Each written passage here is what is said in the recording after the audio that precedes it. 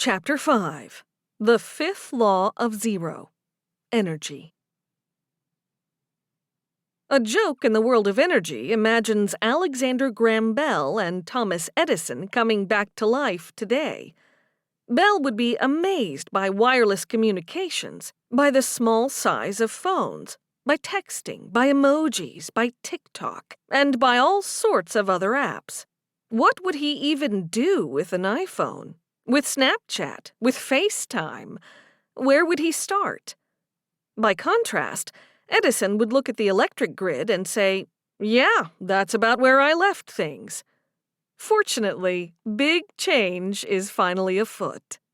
When Bell Labs developed the first solar photovoltaic panel in 1954, the cost was $1,000 per watt produced. That means it cost $75,000 to power a single reading lamp. A little pricey. The technology might have gone nowhere, at least for decades, except that the Soviet Union launched the Sputnik satellite in 1957, and suddenly the U.S. needed to launch satellites too. National pride was at stake. Satellites needed a power source, but batteries weigh a lot, and every ounce matters when something has to be lifted into orbit. Batteries, of course, run out of power, and they also don't much like super cold environments such as space. But space has lots of access to sunlight, and NASA had nearly unlimited access to money in those days, so it kept working on solar technology it could use to power satellites. By the early 1970s, the price for a solar panel had fallen to about $100 a watt. Then the oil scare hit, making solar power a more intriguing prospect, and a burst of research drove the price down again. By 2008, solar had fallen to $3.50 a watt. When the Great Recession hit, the Stimulus Act included $36.5 billion for the Department of Energy, which poured money into solar research right about the same time China decided to invest heavily in manufacturing solar panels. By 2017, solar was down to 25 cents a watt. The International Energy Agency's annual report for 2020 said solar power was already the cheapest electricity in history. Now we're talking. A drop in price by a factor of 3,000 over 6 decades isn't Moore's Law, but it's certainly headed toward that magic number, 0. Even as things stand now, buying fuel for a natural gas plant costs about the same as building new solar capacity.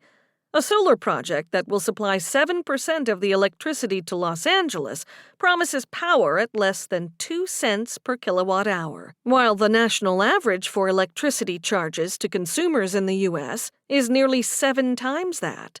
Plus, there's still loads of room for improvement in solar technology. There have even been breakthroughs in generating solar power from heat, removing the basic complaint that solar panels can't generate power when the sun doesn't shine. In fact, these new panels can even generate power at night. Panels will also increasingly be built into roof tiles, road surfaces, and almost anything else you can imagine, including windows, which will still be transparent. There's even work being done on solar paint. Not only will the new forms of solar power make it ubiquitous, they'll reduce what's rapidly becoming the biggest cost for solar: installation. Essentially, when it comes to any product you can imagine that will have a surface outdoors, the question will be, want a little solar with that? As a result, solar power is producing a consistent doubling in production. The amount of solar power generated has doubled every 2 years or less for the past 40 years. If that rate continues, solar is less than 12 years away from generating all the energy the world needs. Even Asia, which is known for keying growth to fossil fuels, has seen a surge in renewable energy sources, including solar. A recent project that used machine learning to search through satellite data found 1.47 million solar installations in the 48 contiguous U.S. states, almost 50% more than was previously thought. Exponentials are powerful things. Wind power is also on an aggressive move toward zero. Prices are down nearly 50% in just the past year plus. Contracts were recently signed for wind power in Mexico and Brazil at 2 cents per kilowatt hour, which is less than a third of the average of 6.8 cents per kilowatt hour worldwide for coal, the cheapest of the conventional energy sources. The cost of wind power will continue to decline as the technology improves, and it's being pushed in plenty of promising directions. Turbines are being developed that can float and can thus be deployed farther offshore, where winds are stronger. Experiments have even been done with wind turbines that would float in the air. Super-efficient turbines that stand more than 850 feet tall will soon be deployed. Turbines without blades are being developed. They generate electricity by vibrating in place as the wind hits them. These devices, referred to as skybraders, don't need to be large, like the wind turbines we see now, so they could be stationed almost anywhere, even in a backyard. ARPA-E, part of the Department of Energy, is researching underwater turbines that are driven by currents and tides. Currents turn out to be highly reliable and are often close to areas with lots of power demand. And, of course, unlike with coal, you don't have to strip mine any more wind and transport it or burn it once a skybrader or wind turbine is put in place. The key holdup for energy has been batteries. There has to be some way to store solar and wind energy for when you need it, which means lots and lots and lots of battery capacity. Fortunately, costs here are also plunging. The cost of industrial batteries dropped by nearly a factor of 12 between 2009 and 2018. The room for improvement in batteries is enormous, too, partly because the little buggers are so complicated chemically that there are a ton of ways to improve them. For instance, makers are adding sensors to monitor the chemical reactions happening inside the batteries, then using software to tweak the interactions and optimize output. In an example of how the tools shape us after we shape the tools, AI is sifting through the essentially infinite combination of materials and chemicals to identify promising possibilities and greatly accelerate improvements. Researchers at Stanford, MIT, and the Toyota Research Institute, for instance, optimized the fast-charging capability of a lithium-ion battery in a month using AI, rather than the normal 2 years trial and error would have required. Merely increasing the number of batteries produced will reliably lead to big reductions in cost per output and per weight, too, which is where Elon Musk and his plans for massive manufacturing at his gigafactory in Reno come in. India has also signed up for a huge increase in battery making as part of a goal of having all vehicles be electric by 2030. There are also lots of possible improvements in the basic chemistry of batteries. For instance, several companies recently announced they figured out how to use silicon as the anode to store the ions that provide the electricity in batteries.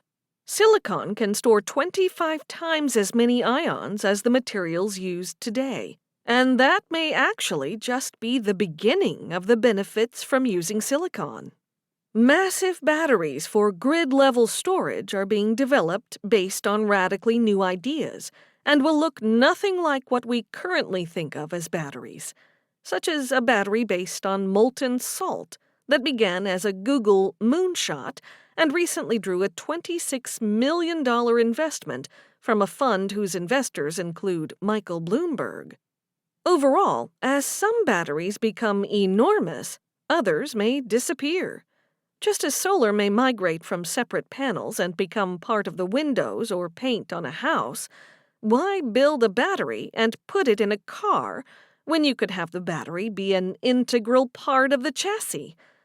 So, with batteries, solar, and wind, we have at least 3 cost curves in the energy realm that are very much headed in the right direction. Now, the trend toward zero isn't anywhere close to as clear in energy as it is with computing, communication, information, and genomics. Not even close. For one thing, These newly low prices for solar and wind include government subsidies. The plunge in their cost is real, but governments are pushing the numbers lower so they can try to narrow, or even eliminate, the price advantage of fossil fuels, and can try to drive renewables to critical mass as soon as possible. In addition, while the cost curves have looked positively Moore's Law-like in recent decades, it's not clear how much longer solar, wind, and batteries can maintain that progress. There will need to be breakthroughs, especially with batteries, if the trend is to continue. In addition, the electric grid is wildly complex and delicate, as we all saw during the freeze in early 2021 that pretty well shut down Texas, killing at least 151, leaving 4.5 million homes without power and many without water, and doing $195 billion to $295 billion of damage. Even having a breakthrough in batteries doesn't solve the whole problem for the grid. Batteries could become good enough to provide backup power almost all the time when the sun isn't shining and the wind isn't blowing. But the word almost matters a lot. There's no current prospect for batteries that could power an entire grid through a lengthy storm, let alone through a long, dark winter with diminished wind power.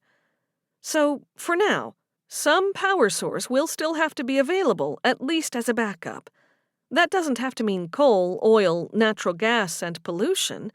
An argument is growing for new, much smaller, and far safer nuclear reactors. The Department of Defense's Project Pele is funding the development of small, portable fission reactors, which split atoms, that can be assembled in days and can generate 1 to 5 megawatts of power, enough for as many as 4,500 homes.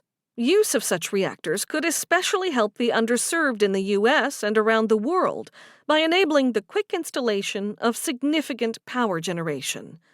There's even progress in fusion, which combines atoms and generates power as the sun does.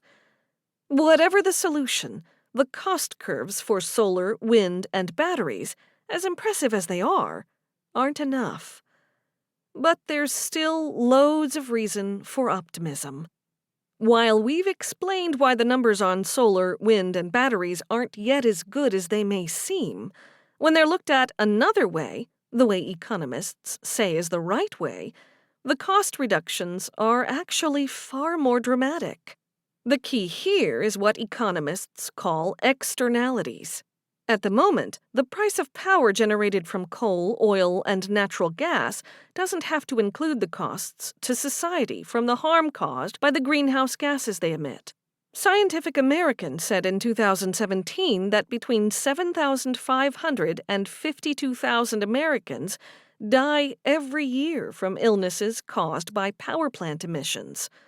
That figure suggests hundreds of thousands more get sick.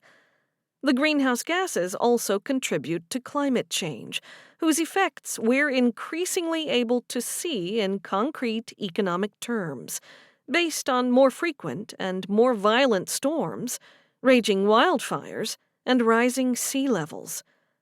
Those externalities from illness, death, and environmental damages represent real costs, but not for the power companies that are largely responsible. A study by the Brookings Institution found that making electricity powered by coal and natural gas carry the cost of those externalities would add 5.6 cents a kilowatt hour to the price of electricity. You also have to account for the expense of the heavy U.S. political and military involvement in the Middle East, largely designed to protect our oil supply. Add up all the externalities, and the total cost of carbon-based power is maybe 50% higher than what we pay now. So just getting renewables, with their zero output of greenhouse gases, close to parity with fossil fuels, is already a huge improvement in costs.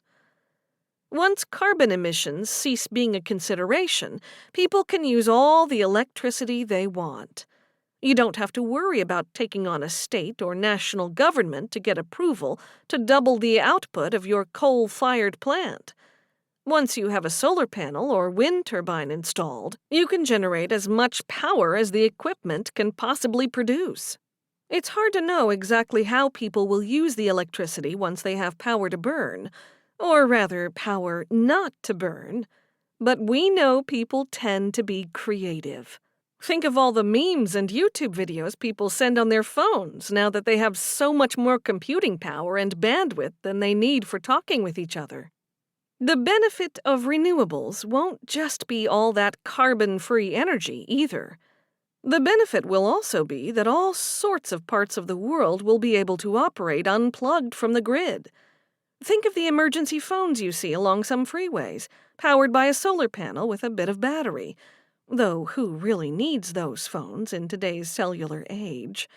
Or the streetlights that have a solar panel attached to the pole and operate independently of any outside electrical source. Parts of the world will look a lot like those emergency phones or streetlights. In some cases, there'll be neighborhoods or remote towns that operate based on microgrids that produce all their own power and can either tolerate the occasional lapse in power or will have some sort of backup, perhaps an emergency connection to a neighboring grid, or perhaps some sort of generator. In parts of the world without electricity today, the arrival of any sort of sustained solar or wind power would be a straight-up gain. These microgrids, too, will operate far more efficiently than the grid does today. Some 6 to 8% of electricity is lost during transmission from the power plant to your home, and that's just the beginning of the inefficiencies. There are problems with planning that lead to much more electricity production than is needed. Power plants come online and go offline during the day, a process that can take many hours and is extremely inefficient. Traffic jams occur frequently on power lines, preventing available power from being delivered to homes and businesses. Power is lost as voltage is stepped way up, to some 700 times the voltage you need in your home, to make transmission efficient, and is then stepped down again so your appliances don't blow up. So on and so on. The power grid also presents a big, fat target for enemies of the U.S. Russian hackers could take down large portions of the grid in a heartbeat and basically pick any number they want as a ransom demand, and it's vulnerable to severe solar storms. If the grid goes away, then so do all these inefficiencies and vulnerabilities, so the tendency will be to shift toward microgrids wherever possible. That shift will greatly accelerate if nuclear power has, in fact, overcome its previous safety issues. A new style of nuclear reactor, based on thorium, produces far less nuclear waste than a uranium-based reactor, doesn't have to be fed with fuel after startup, and is designed to make a meltdown impossible. If a chain reaction gets out of control, a plug in the bottom of the reactor melts, and the fuel, which is less volatile than uranium, drains into a safety container. For good measure, thorium is nearly as plentiful as lead, and its use doesn't produce the sorts of byproducts that can be used in nuclear weapons. While thorium reactors are still in the research stage, they could be small enough to power a town of a few thousand people, at low cost and without carbon emissions. Bill Gates argues there are plenty of other energy miracles to be found that will drive our law of zero on energy. He organized the Breakthrough Energy Coalition, which has brought together 20 billionaires who have pledged to, in total, spend at least $2 billion on research. Gates notes that the pharmaceutical industry spends 20% of revenue on research, and that the information technology world spends 15%, while the energy industry historically has spent just 0.23%. For its part, Google has invested in kite-based electricity generators, shades of Ben Franklin. Lots of companies and researchers are working on geothermal, which the Department of Energy says could provide as much power as 60 large nuclear power plants in the U.S. by 2050. As we've said, nuclear fusion might even make it out of the lab after decades of work. Japan is counting heavily on hydrogen fuel cells, which provide clean power for everything from cars to commercial buildings. Other forms of hydrogen are drawing attention as potential carbon-neutral fuels. Saudi Arabia is spending $5 billion on a plant where wind and solar energy will extract hydrogen from water, and the European Union is spending $500 billion on infrastructure to support the use of hydrogen as a fuel. The list of potential innovations for energy sources is long.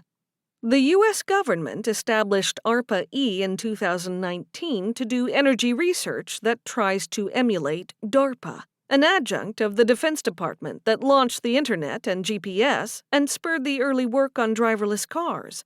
A Bank of America report argues other governments will also invest heavily in energy innovation as part of a global competition for what analysts see as $6 trillion of market capitalization available to the companies that most effectively tackle climate change.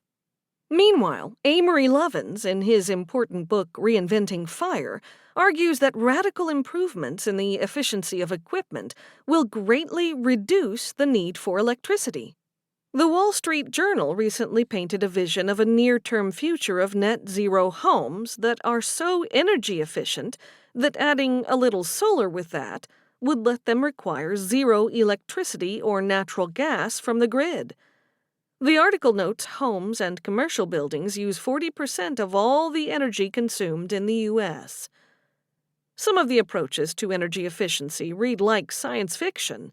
For instance, an outfit called SkyCool is working on a device you could install on your roof that would turn heat from your house into a type of radiation that would use a narrow slice of the spectrum of light and would be transmitted up through the atmosphere into space. Your house would be cooled by as much as 70%, and the heat would leave the planet permanently. The Air Force is experimenting with putting a vast solar array into orbit, where it could operate far more efficiently than on the ground, and then beaming the energy back to Earth. The vast majority of these think big approaches will fail, but enough will work that we'll see breakthroughs in energy efficiency. Energy powers every living thing, and together, all these possibilities for innovation will produce a sort of law of zero for energy that will create unfathomable benefits for the future perfect. Edison wouldn't know what hit him.